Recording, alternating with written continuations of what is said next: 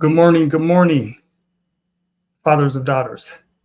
This is Ephraim B. Martin, and this is another live stream. Welcome to the beautiful state of Colorado. I welcome all fathers, regardless of your culture or your ethnic group. Welcome to Grow Dad YouTube channel. Fathers, today's live stream, what I would like to discuss is social media violence against our daughters. Let me repeat that. Social media violence against our daughters, fathers. You know, fathers, we're living in a world today where social media is pretty much dictating the flow of what is happening to a lot of our daughters and how a lot of our daughters end up getting caught up and being a part of social media violence. My goal, one of my goals as a Grow Dad, is to provide fathers with information because I consider myself an informational provider. And I want to share information in helping fathers understand our sense of urgency that we need in protecting and keeping our daughters safe and building long-term sustainable relationships with them. My book, Daddy's Girls, which is available at Amazon.com, can be purchased.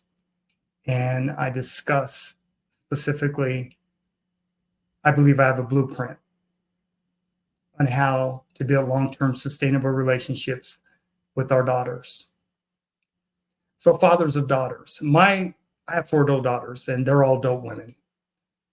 So I've been through every stage of development with them.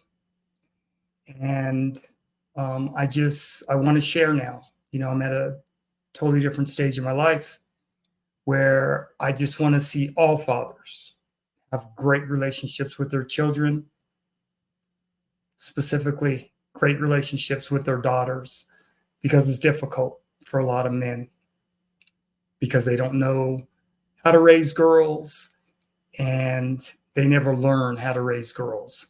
So that's where I enter the picture to help fathers. When it comes to media, when it comes to social media and violence of our daughters, we're dealing with a totally different situation today than it was when I was growing up. I'm Gen X, and today's parents of millennials are having to deal with Generation Alpha. And it's just a totally different situation when it comes to the rearing and building of our daughters. I know when my girls were little, social media was just getting started. My youngest daughter is 23. My oldest daughter is 35. And I have a 29 and 26-year-old.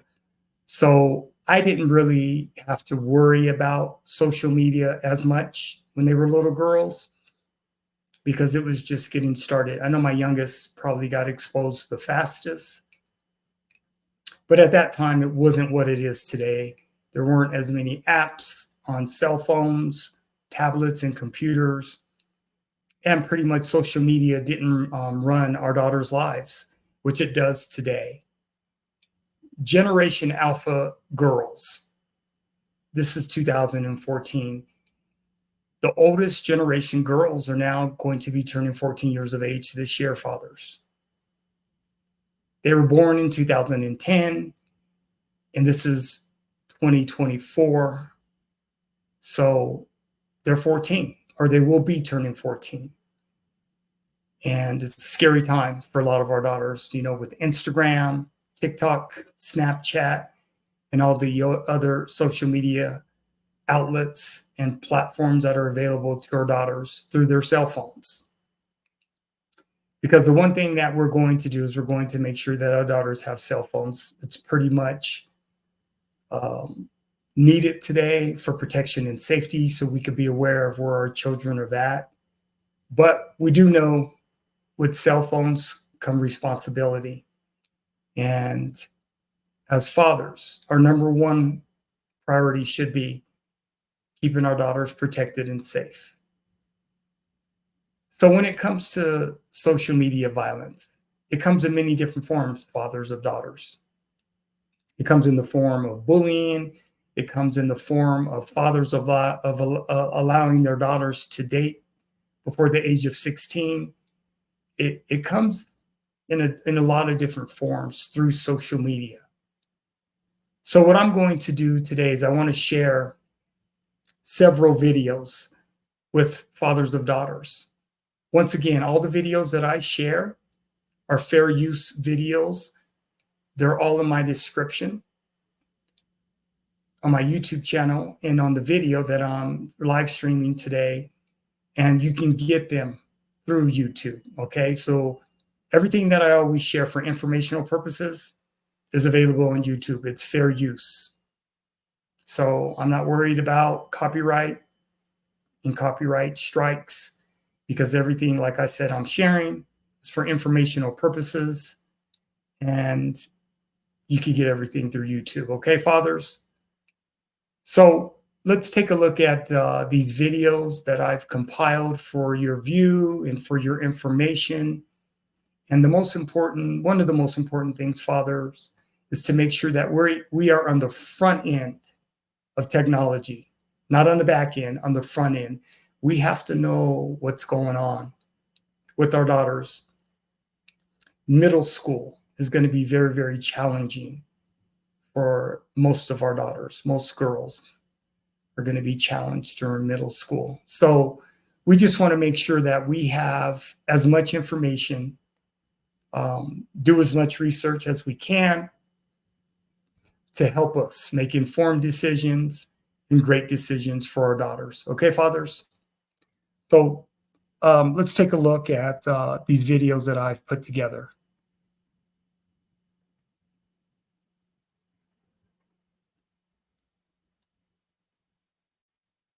Okay. We're back with more of our special event, Kids in Crisis Screen Time. And it is time to hear from the kids themselves. Yeah, how do they feel about their devices and the time they spend on them? NBC's Kate Snow is here with that part of the story. Hi, Kate. Hi, good morning, guys. By the age of 15, 86% of kids have a smartphone, according to Common Sense Media. And the U.S. Surgeon General says 95% of teens, 13 to 17, are using social media. There are a lot of positives, right? Connecting with friends, for example, but there are also some very real risks. 21-year-old Sophie Chev clearly remembers the moment she joined social media. It was the day of her 10th birthday party. I was someone that grew up pretty heavily bullied and someone that struggled to fit in socially. So when my peers told me that there was this app that they were downloading to stay connected to each other, to expand their social life, I thought that if I downloaded it, it would help me fit in too. She downloaded Instagram and followed a few other students. But Sophie says when she turned to the Explore page, she saw content from accounts she didn't follow. And when she started clicking on posts about models and weight loss, she says it took a turn. It went from swap out a candy bar for a carrot to this is how to hide your food, how to avoid eating completely. Sophie says the content helped lead to her eating disorder. She was hospitalized 13 times, starting at the age of 15, when her doctor delivered this dire warning. He looked me in the eyes and said, the insurance called and asked for your prognosis. And I had to tell them that you are going to die in the next couple of weeks. Your heart, liver, kidneys, they're all failing. Sophie made major changes in her life, and she's in a healthier place now, going to therapy and taking a 2-year break from social media. And her story is not unique. When asked about the impact of social media on their body image, 46% of teens 13 to 17 said that social media makes them feel worse. Back in May, the U.S. Surgeon General issued a warning, calling the youth mental health crisis the defining public health issue of our time. We see rates of depression and anxiety and suicide and loneliness going up among young people. And I'm concerned that social media is an important driver of that. The Surgeon General points to 2019 research finding teens who spend more than 3 hours a day on social media face double the risk for mental health issues like depression and anxiety. And a lot of American teens are spending more time than that. A poll this month found just over half of teens say they're spending at least 4 hours a day on social media apps. Favorite app? I'd probably say like TikTok. TikTok. Instagram. Yeah, Instagram. Ah, we have a divide. I sat down with 15-year-old Elizabeth Kreitzberg, 13-year-old Josiah McLean Long, 16-year-old Megan Finichel, and 17-year-old Eric Woodbury at their school outside New York City to learn about their own social media use. Josiah, what does it look like when you start looking at TikTok? When I'm looking at TikTok, like, it's just so many funny videos and I just keep scrolling. I think like when I'm scrolling, I'm just forgetting and just avoiding everything else in my life. I watch TikTok like to fall asleep. These teens say they don't use filters to change their appearance when they post on social media, but they certainly see a lot of that. What about your friends? Do your friends use filters? I have one friend. She uses a filter on every single photo, every single video. I don't know what she looks like for real anymore. I haven't seen her in a long time. How much of your mental health do you think is tied to using the phone or screens? Do you see a connection there or not? Not so much now, but definitely like when I was younger, like 2 years ago, I was more impressionable to like what I'd see. And I was definitely more down on myself then. What were you seeing? People like with filters or like people with the unimaginable bodies that are all fake. Perfect. All fake and perfect. And it's like, why can't that be me, you know? Most of their parents follow them on social media. My mom does send me a lot of TikToks. My dad, like, Insta Reels and stuff. Like, it's mostly like funny stuff. They also tell me they've taken steps to have a healthier relationship with their phones. Megan says last school year, she would sneak her phone into her room at night. This year, her parents make her literally hand it over at 9:30. My work wasn't getting done. I wasn't getting good sleep because I was scrolling. Because it seems like scrolling at night is the only free time we have. That's what it feels like anyway. But I guess now that they take my phone, I'm getting much better sleep. As for Sophie, she's now a sophomore at Stanford and a mental health advocate, meeting with President Biden at the White House last year. And while she's back on social media, she says her relationship with it is different. Social media now is a place of learning, but it is a place where I have to be able to make informed decisions in order to protect myself and to protect that 10-year-old Sophie every single day.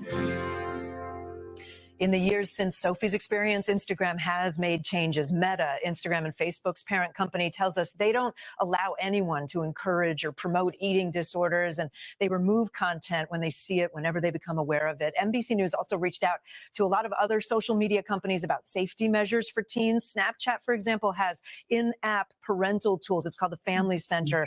It allows you to view your teens' friends and who they've messaged recently. You can restrict sensitive content. You can report any concerns that you have. TikTok told us they set a 1-hour daily screen time limit on teen accounts under 18, but the teens can enter a passcode to override that and continue watching. A lot of teens will tell you they know the passcode. Yeah. But Kate, thank you very much. Let's keep the conversation going with a group of parents who definitely understand these struggles in this battle over smartphones. And to answer their questions, Dr. R.G. Allen Wilson, a relationship therapist who helps families overcome mental health challenges, including the challenges of screen time. She's also the author of Courageous Conversations Connect.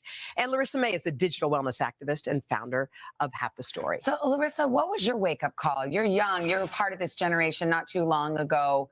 When did you realize this was a real problem? And what's your message to those out here listening today? My wake-up call is when I almost ended my life. And when I went to the psych center, they asked me about all other forms of wellness, sexual wellness, physical wellness, but not digital wellness. And I was spending between 10 and 12 hours a day.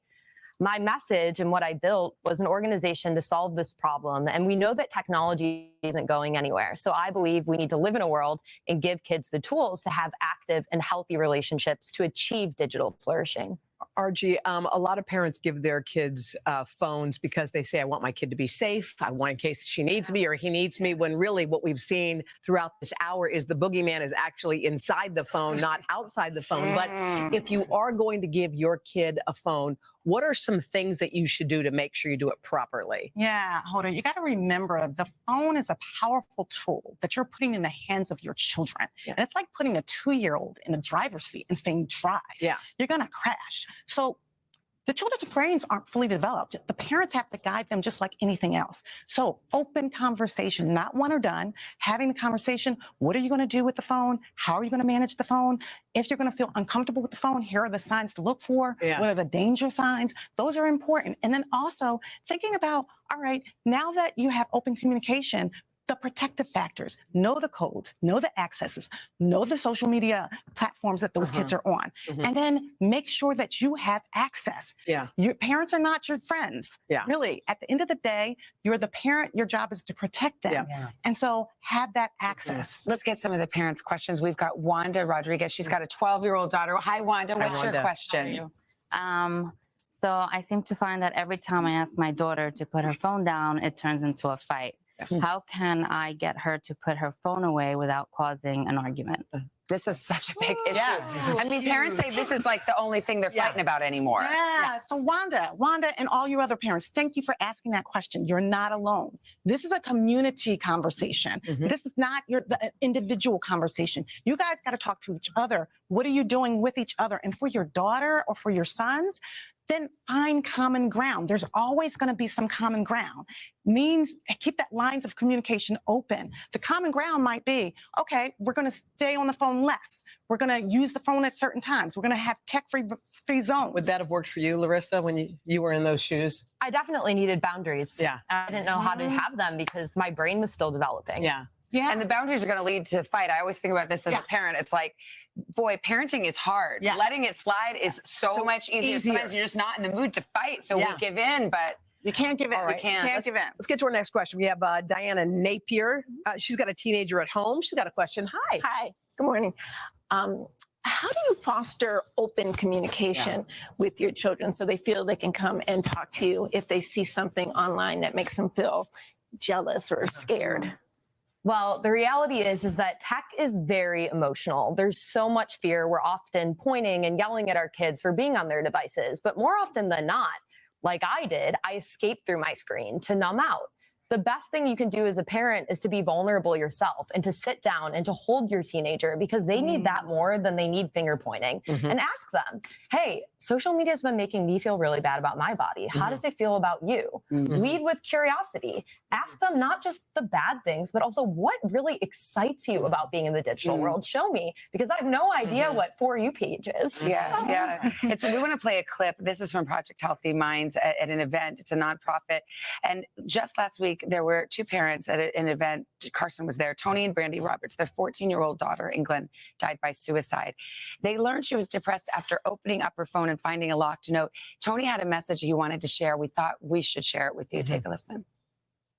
One of the things I really want the world to know, please know your children's unlock code. We knew her unlock code, we knew her passwords, we knew everything, but I just didn't know how to navigate through these platforms. I mean, that's it. You can set all these rules.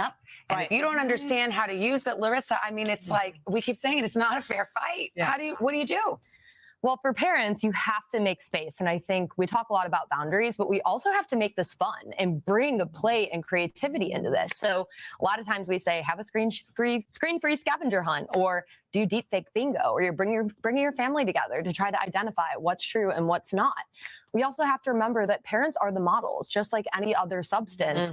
We look at our kids, how do we save them? But you have to save yourself first. And you said, RG, at nighttime, lock the phone up. I mean, Al Roker did that with his son. He took his kid's phone, he put it in a lockbox in a safe and said, see you in the morning. And it may cause a huge to-do, but afterwards, they've slept that night, they've woken up in the morning, and they can start again. It's like tech-free zones. Create tech-free zones. Create opportunity for talking. I like to say green time over screen time. Go out and talk. In the car, don't miss the opportunity to get off the screen and be the model for your children, because you're creating a different culture. It's a wake-up call for all of us. Grown-ups. Believe me, my kids are the first ones to say, hey, Mom, you're on the screen. So guess what? We can all do better. RG and Larissa, thank you so much to all of our parents. Thank you. And you can find more answers on today.com, including the resources that Larissa talked about her nonprofit has to offer.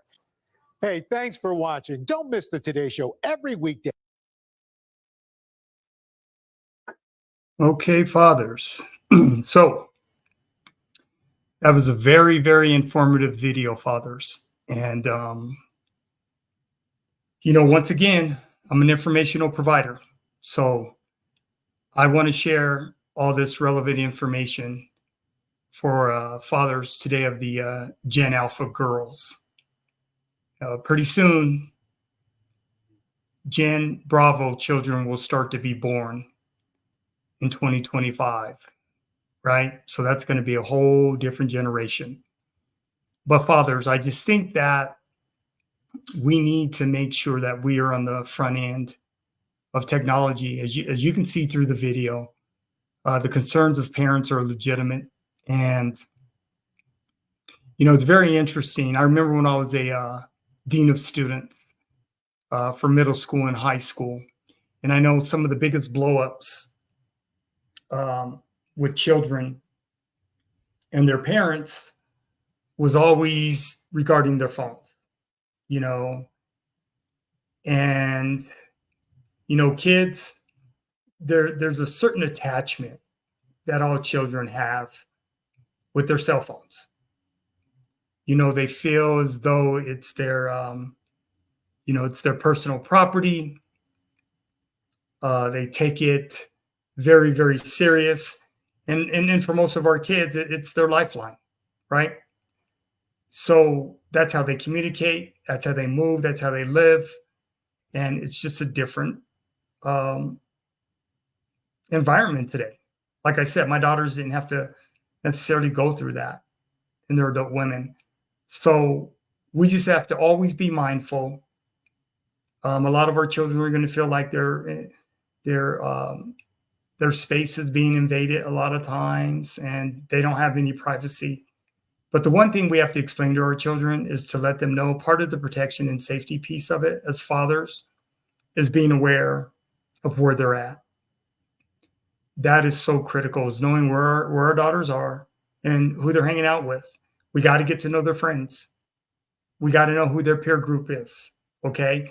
Because most decisions that are being made by the peer group and not necessarily the individuals within the peer group.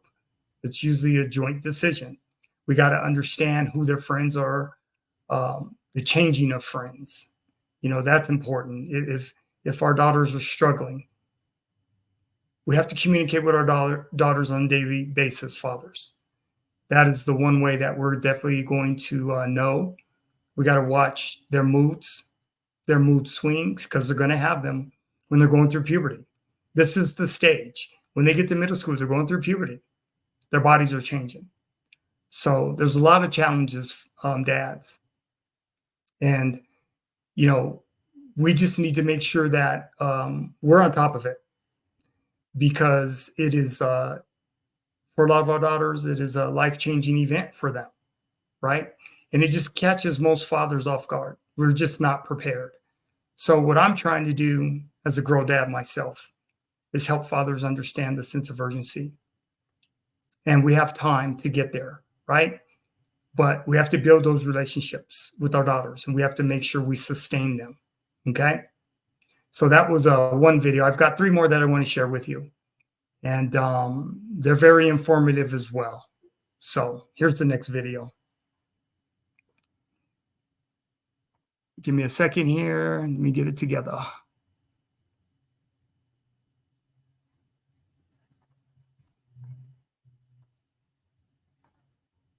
Give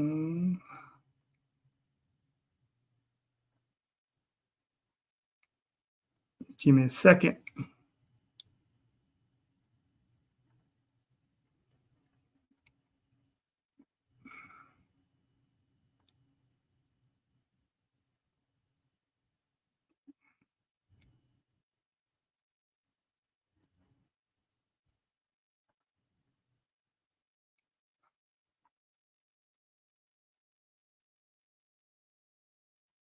Okay, give me a second, fathers. I'm trying to figure out this whole technology thing.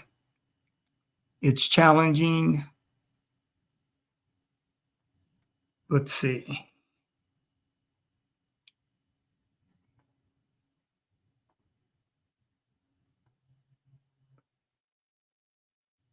Okay.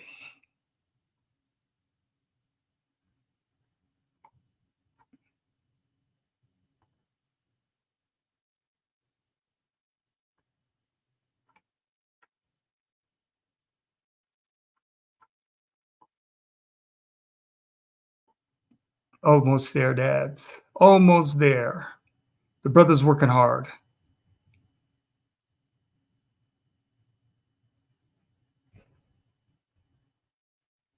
Okay, let me see. Is this the one that I want? Yes. Okay. Okay, dads. So this next video, we're talking about social media and violence, and it's from the Media Law Center. I have that in the description as well. And Media Law Center has a lot of good videos that they make, and for families. And they're very, very informative. Okay, Father. So, like I said, feel free to look in the description of this live stream and the replay of this live stream, and all the videos that I'm sharing today are there. But Social Media Victims Law Center, very, very good. They have a lot of informative videos that could help parents. Okay, so let's get it rocking.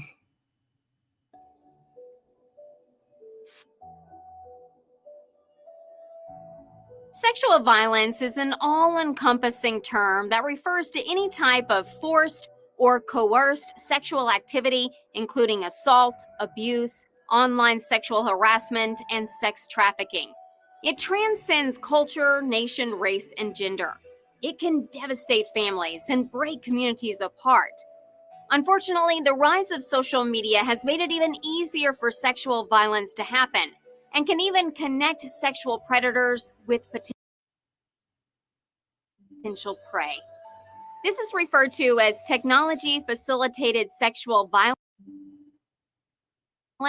or TFSV, where digital technologies are used to enable both virtual and face-to-face sexually based harms.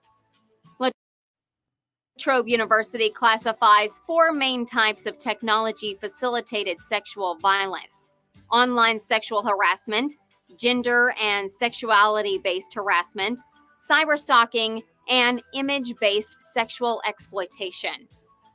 According to the National Sexual Violence Resource Center, sexual violence occurs anytime one person is manipulated or forced into sexual activity without their consent. In some cases, like those involving a child, or when there is some type of power imbalance between the people involved, the victim can't consent due to their position. Lack of consent is the underlying factor in all forms of sexual violence, and it becomes easy to see how social media plays an increasing role in various categories of sexual violence. Sexual harassment, as defined by the U.S. Equal Employment Opportunity Commission, is a form of harassment characterized by unwelcome sexual advances, requests for sexual favors, and other verbal or physical harassment of a sexual nature. While sexual harassment can occur at school, after-school activities, sports programs, or other places where young people aren't directly supervised, it has become all too common in online spaces, such as sending inappropriate and unwanted images, especially to minors, requesting inappropriate images, especially from minors, sending inappropriate emails, text, or social media messages, posting lewd or sexually indecent photos of the victim, use of obscene or vulgar language, discussions of sexual activity on social media, and commenting on another person's body or on their sexual matters in an online forum. Cyberstalking occurs when a perpetrator repeatedly makes unwanted online contact with a victim. It may involve persistent messaging, sending inappropriate or threatening images, and the creation of fake accounts to get around being blocked. Cyberstalking can rob victims of their sense of safety and inflict lasting emotional damage. It also has the frightening potential to escalate to in-person conduct. Sexual abuse, according to the American Psychological Association, is when a perpetrator takes advantage of the victim's inability to give consent to force unwanted sexual activity.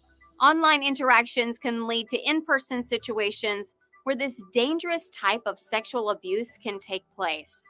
Many sexual abuse victims know their perpetrators and often have been subject to grooming behavior either in person or through a social media platform. This relationship between victim and abuser often includes emotional manipulation, making the victim believe that they did consent, that they wanted it, or that they would hurt the abuser's feelings or make them angry if they refused. Immediate reactions to sexual abuse can be physical pain, shock, fear, and shame. Long-term damaging psychological and emotional effects include depression and anxiety, post-traumatic stress disorder, difficulty forming intimate relationships, substance use disorders, self-harm, suicidal thoughts, or attempts.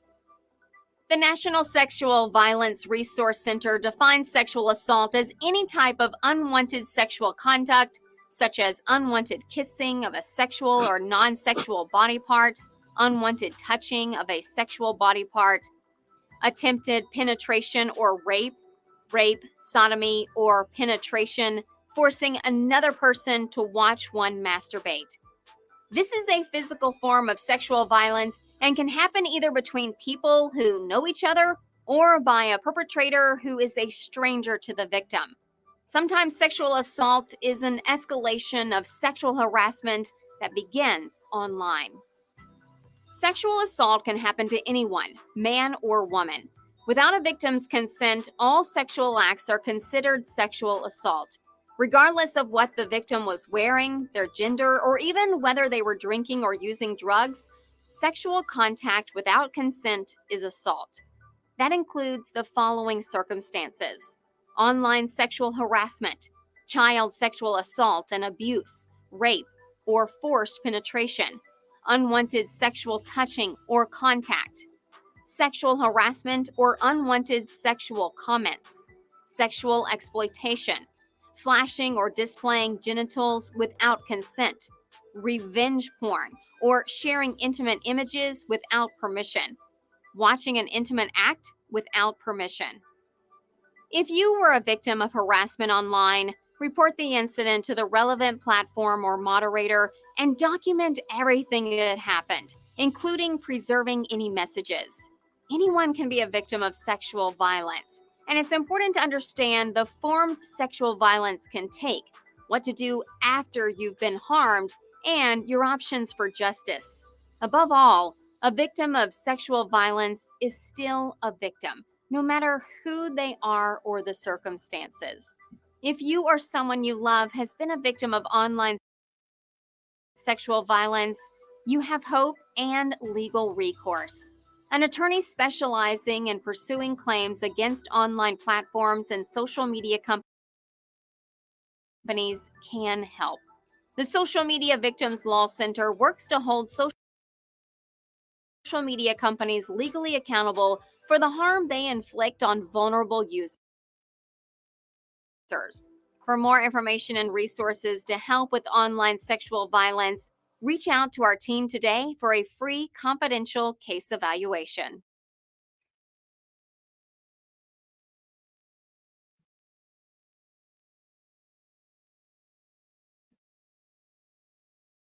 Okay, fathers.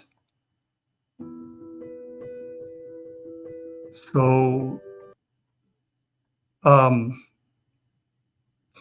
that was another informative video. explaining sexual assault and what that looks like, and how many of our daughters could potentially be facing this, as well as little boys. So it's just not our little girls, just little boys as well. I focus on daughters. I focus on little girls because I'm a girl dad, but it happens to little boys as well. So fathers, as you can see, our plates are going to be full, right? When you combined social media, and our daughters are going through puberty, and just the experiences that they're having with their bodies changing and developing.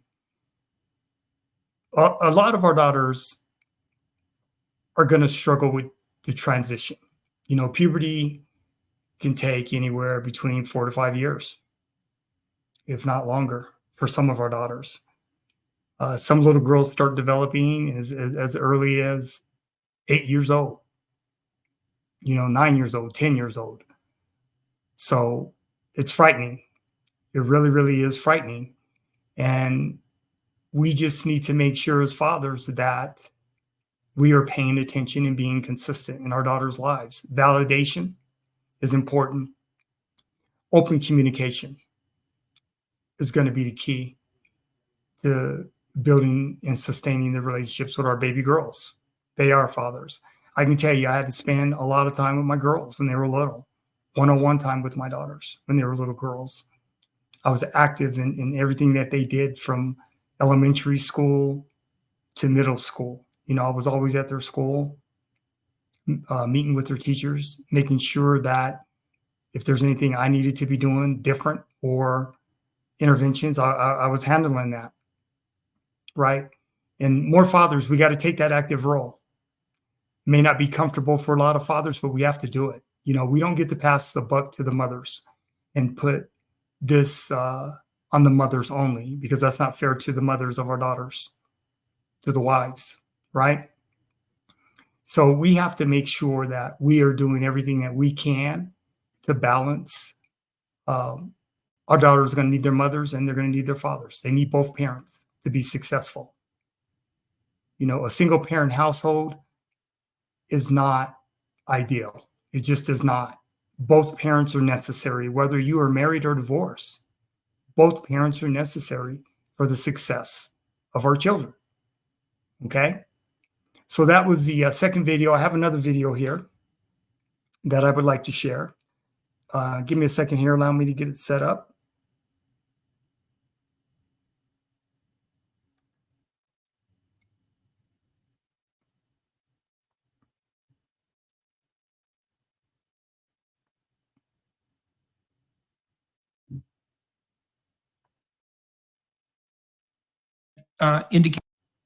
So this next video is titled "Why Instagram and Social Media is Toxic for Girls."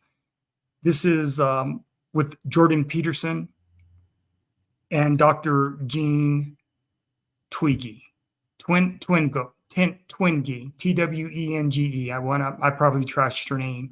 I didn't mean to, but this is another informative video. And like I said, fathers, the more information that we have, the better off we're going to be. Period. The more research and studies that we do on our own, the better off we're going to be to make informed decisions. And that's on us. So many parents, fathers, we have all this technology in front of us. We have to use it. YouTube is free, right? Most social media platforms are free, but YouTube is free. You can find anything on YouTube, from tutorials to education to whatever. Anything you're looking for in a video, it's on YouTube. It's free, right? So I encourage you to use YouTube, right? With all the available resources that are here for you today, fathers, okay?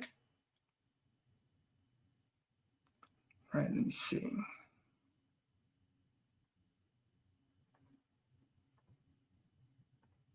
There we go.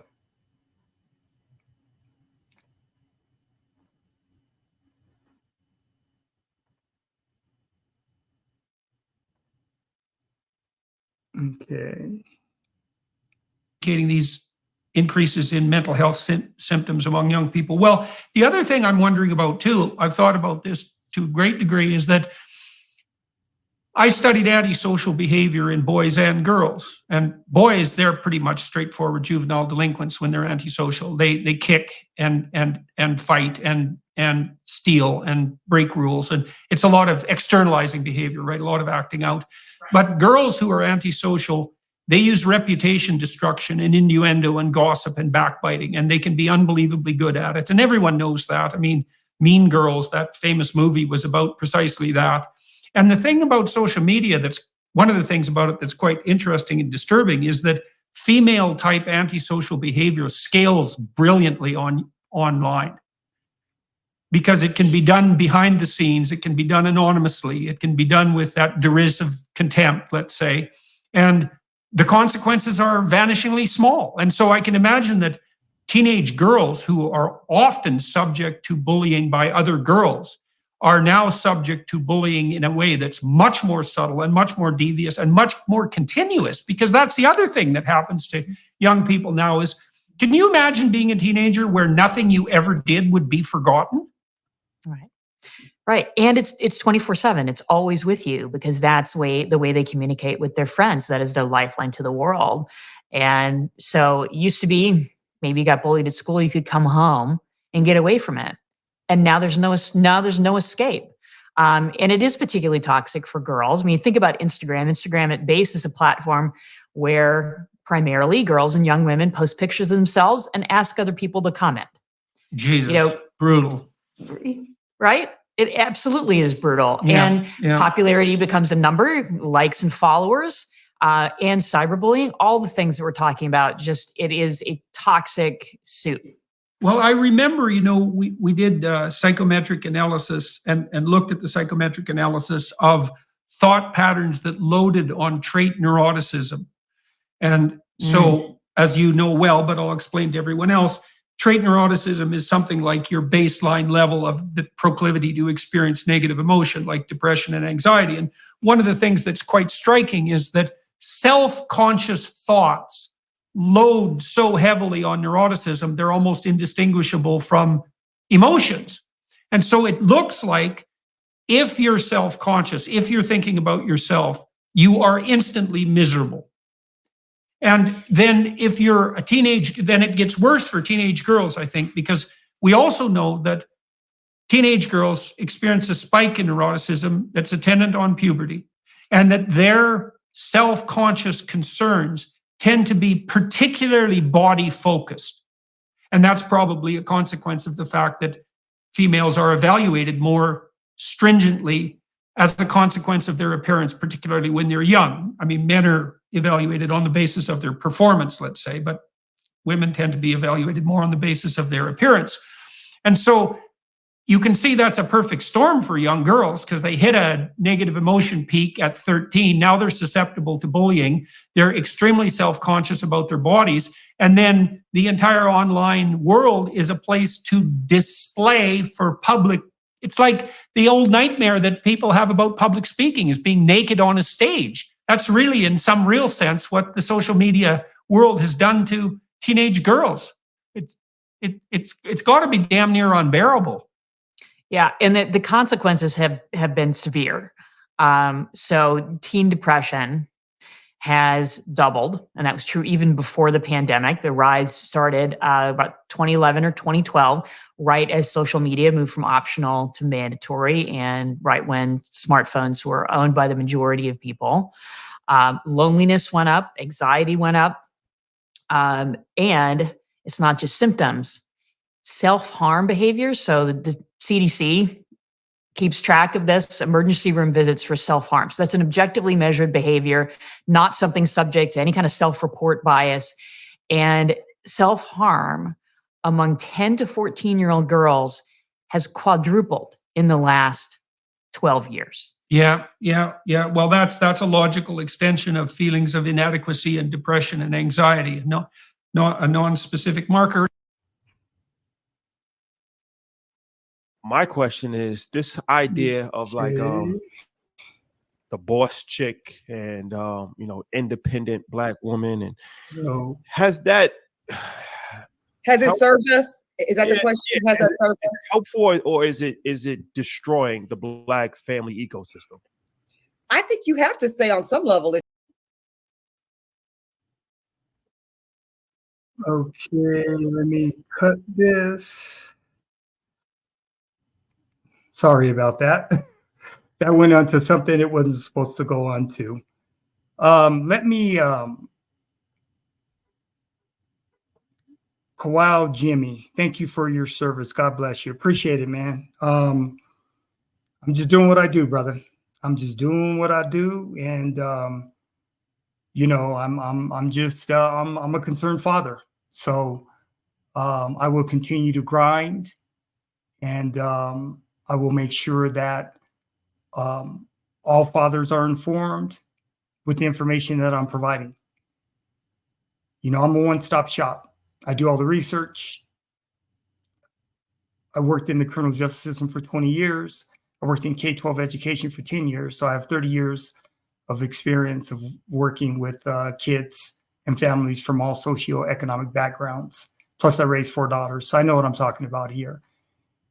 And like I said, I'm very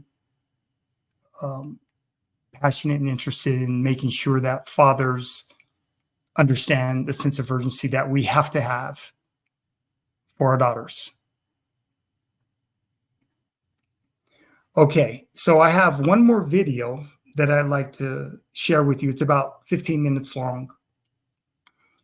This next video is it's going to break down statistics on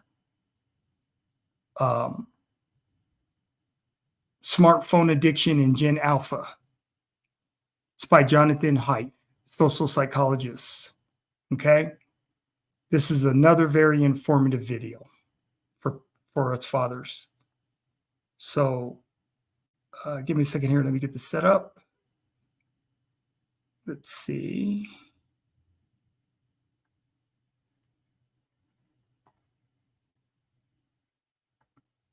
I love this technology.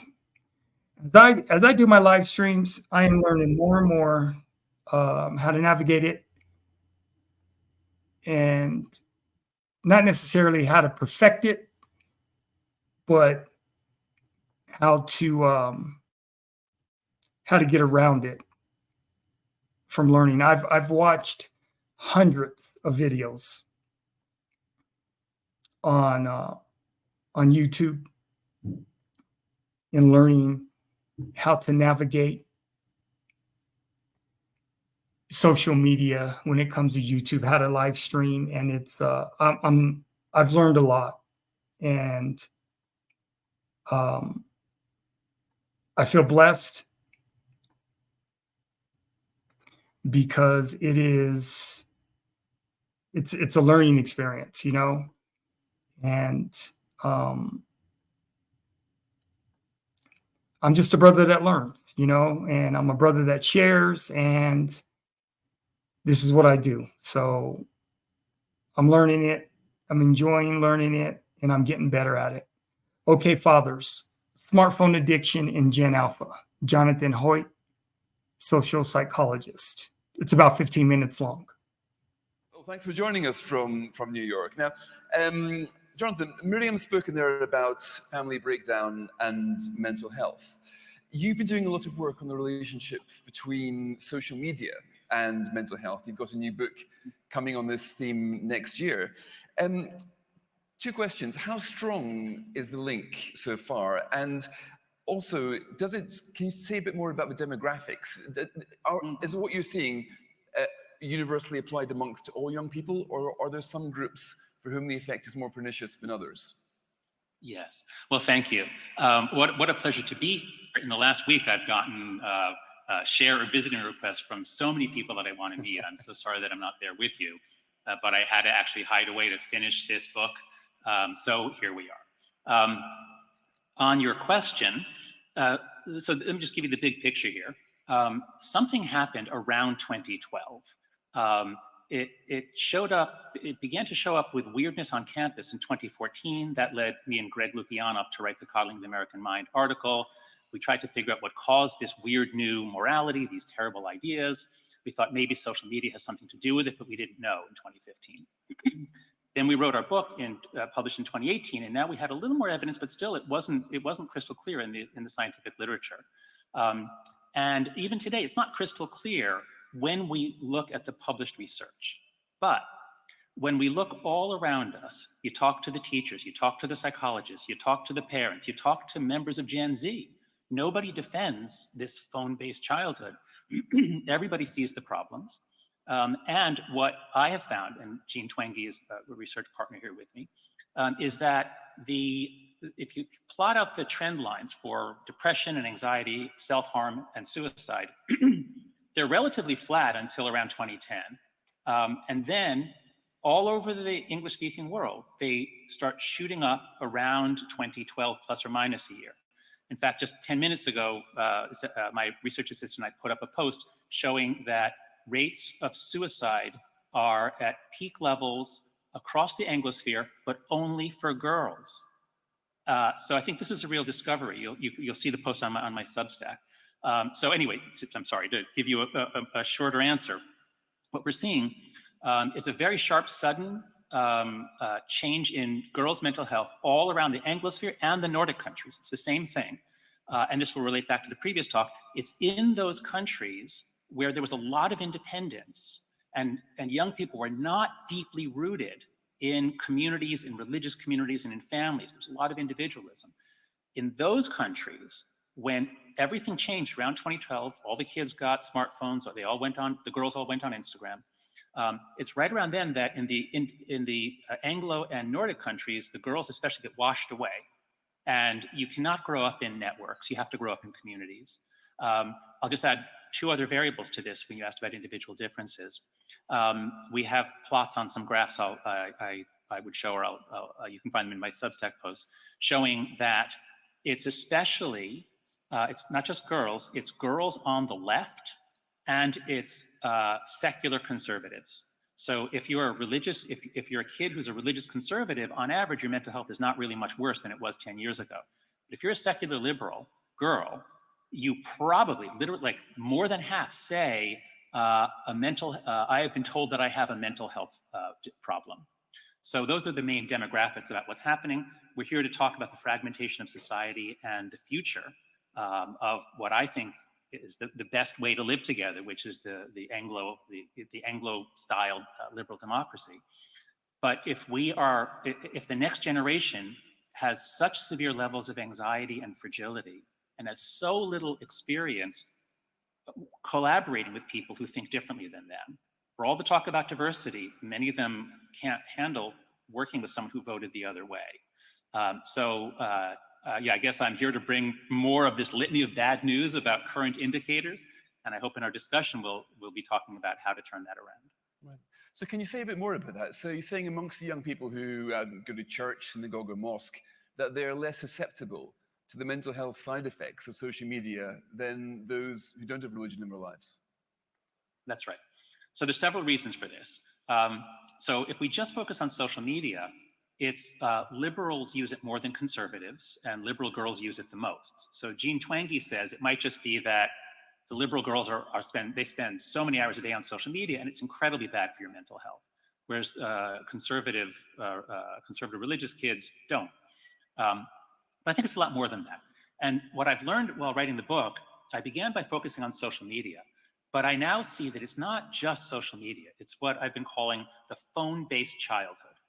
So for all of human history, for millions of years, all mammals play. Mammal childhood is about building up your brain, and you do that through play. Anyone who's had a puppy knows it's all about play. So we had play-based childhoods up until around 2010. I've seen data in Britain, I can't remember the exact numbers, but it was something like 60% of British kids in 2009, 2010, 60% of them used to go over to a friend's house sometimes each week. And then by 2015, that had dropped to something like 20%. I may be wrong on the numbers, but the thing is, kids used to actually see each other in person. And once they all got phones and loaded with social media for the girls, it's video games for the boys, childhood stops being play-based, which is what a mammal brain needs to wire up properly. It stops being play-based, it becomes phone-based, where phone includes video game consoles, all the stuff that makes your social interactions virtual, often asynchronous, disembodied, transitory.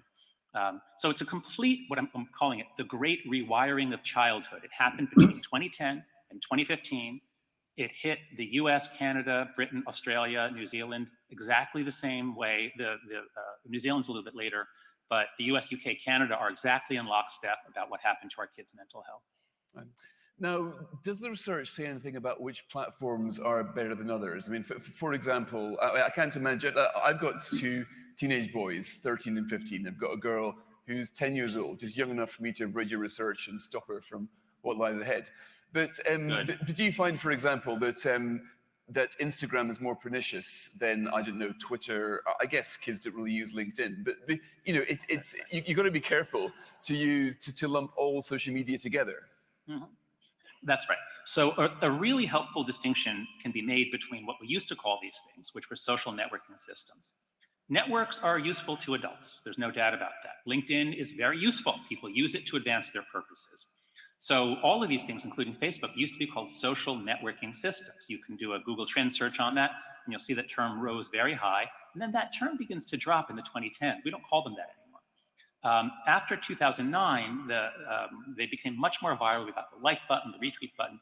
It's not about connecting people. It's now about performing on a platform. And so we now call them social media platforms.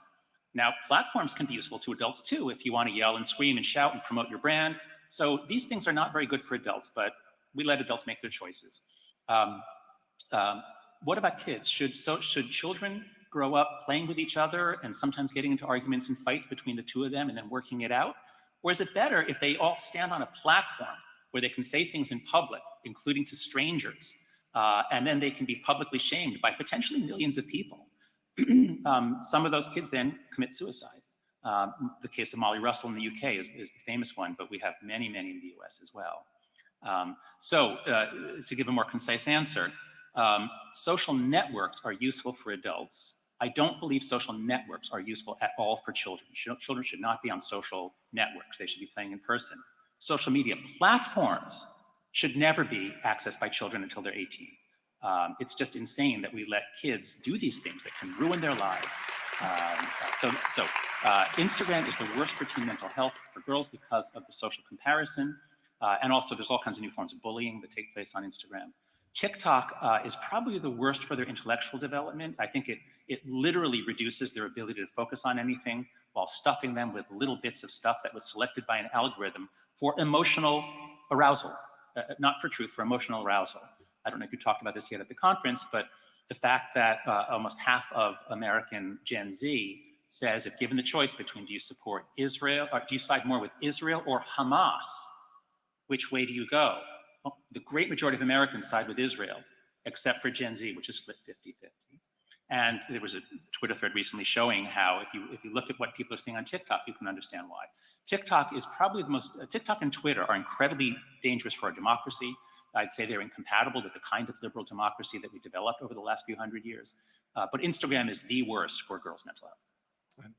But if, say, somebody listening to you here thinks, okay, this is my big takeaway from ARC, I'm going to go home and tell my kids to stop using social media, we can imagine the response. They'll say, look, Dad, Mum, you are basically severing me from my social network. You don't understand how it is. Social network is digitized now. Yep. So you're basically a generation behind. It's like Gran saying that you're watching television too much. You're telling me I use social enough. If you do this, that's it. My social life goes. Thank you. That's a perfect statement of what we call a collective action problem. In the social sciences, especially economics, there's a lot of research on collective action problems. It's just what you described. Any one person doing the right thing is in big trouble. Nobody wants to have their kid be isolated. Why do we ever let our kids on social media? It's only because of the dynamic you just said. And what that means is that we have to look to the literature on how you solve collective action problems. And the main ways are if you can set norms and if you can have laws and policies. So I'd like to set a norm right here. So I'm suggesting 4 norms in my book. And these are all ways to solve collective action problems. And we can all do them, even though the US Congress may never do anything to help us, although of course the UK Parliament is doing great work. Here they are. Norm number one, no smartphones before high school, which in the US is grade 9, around age 14. Just don't give your kids a smartphone, but they'll be cut off. No, you give them a flip phone.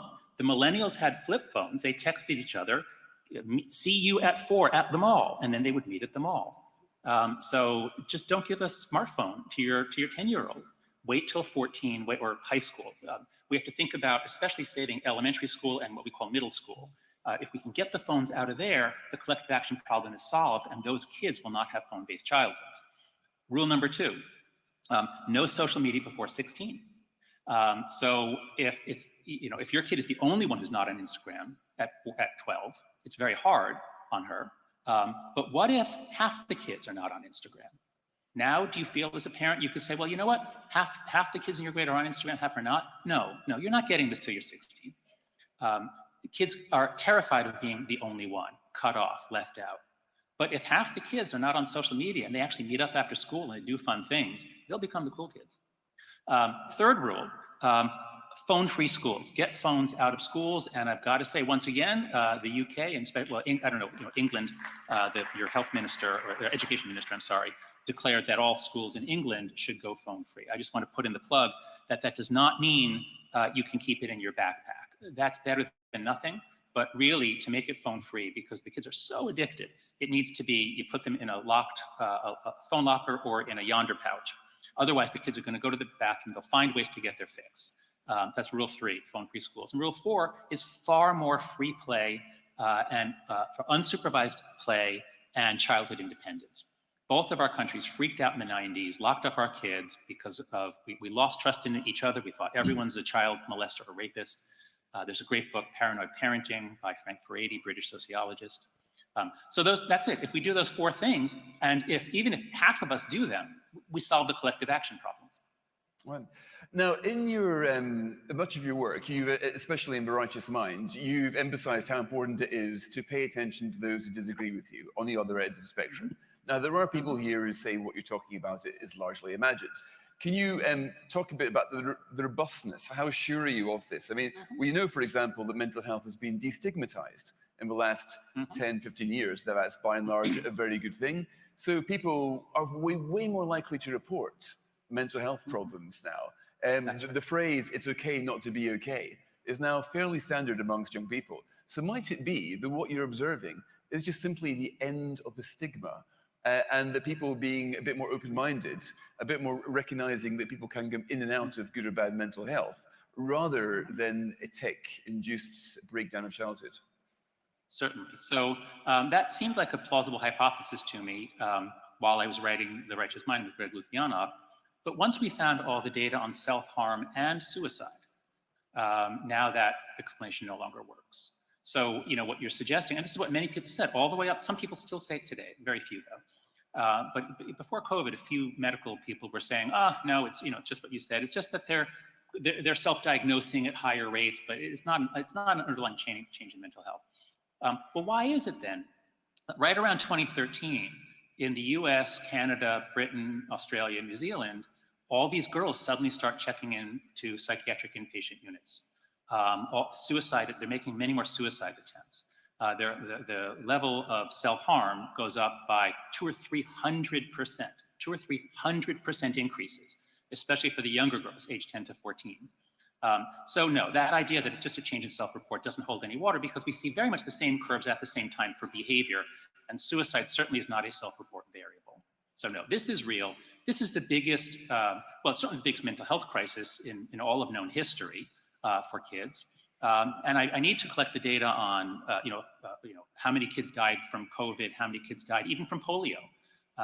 The increased number of suicides since 2010 is so large that I suspect this is among the largest public health threats to children since the major diseases were wiped out. Well, I could talk about this all day, but sadly we have to wrap it up now. I mean, Jonathan, it's great to see you working away in your book. When can we expect it? Life After Babel it's called, isn't it? Yes. March 26th is when it comes out in the US. I believe it'll come out in the UK at the same time. And I'm just making arrangements now for a visit to the UK. I'll probably be in London on April 29th, if that week, whatever that week is of April 29th. Well, we can all save the I hope date. there'll be some events in London. I hope to see some of you then and there. Well, great. Well, thank you so much for joining us this morning. Please, everybody, join me in thanking Jonathan House. Good.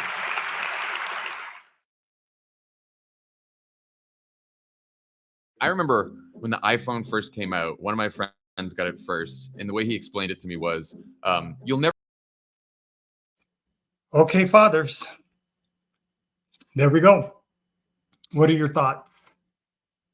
What are your concerns? Girl dads. That's 4 awesome videos. They can help you. Right? So that was very interesting from the perspective for me, you know, when he explained the differences between social media platforms and social media networks. That makes perfect sense as far as adults go. And I guess the challenge for millennial parents is with your Gen Alpha children, how do you implement keeping them away from social media? And, you know, what do you do if your child is the only one? Because chances are your child is going to be the only one. Most parents are going to feel the pressure and cave in and give their kids a cell phone and give their kids a smartphone. Like the gentleman said, you know, you can give your kids a flip phone. It's not a smartphone. It doesn't have all the apps and everything on it. It's just to make phone calls and to get you to and from. So that's the challenge, fathers of daughters, you know, making sure you and the mother are on the same page. That's going to be the challenge, is making sure that you guys are both on the same page, making those decisions collectively. And if you're divorced, the unfortunate thing about that, if you're a divorced father, if you're not on the same page with the mother or your ex, it's going to be a challenge. It's definitely going to be a challenge. Okay, fathers, thank you for attending and being present today. I appreciate you all. And as I continue to build capacity for Girl Dad YouTube channel, I'm excited. This is 2024, and I'm going to continue to grind. Okay, fathers, I will holler at you next week. Have a good week. Stay blessed. Continue to be the best dad that you can be with your children and your daughters. I'm out. Peace.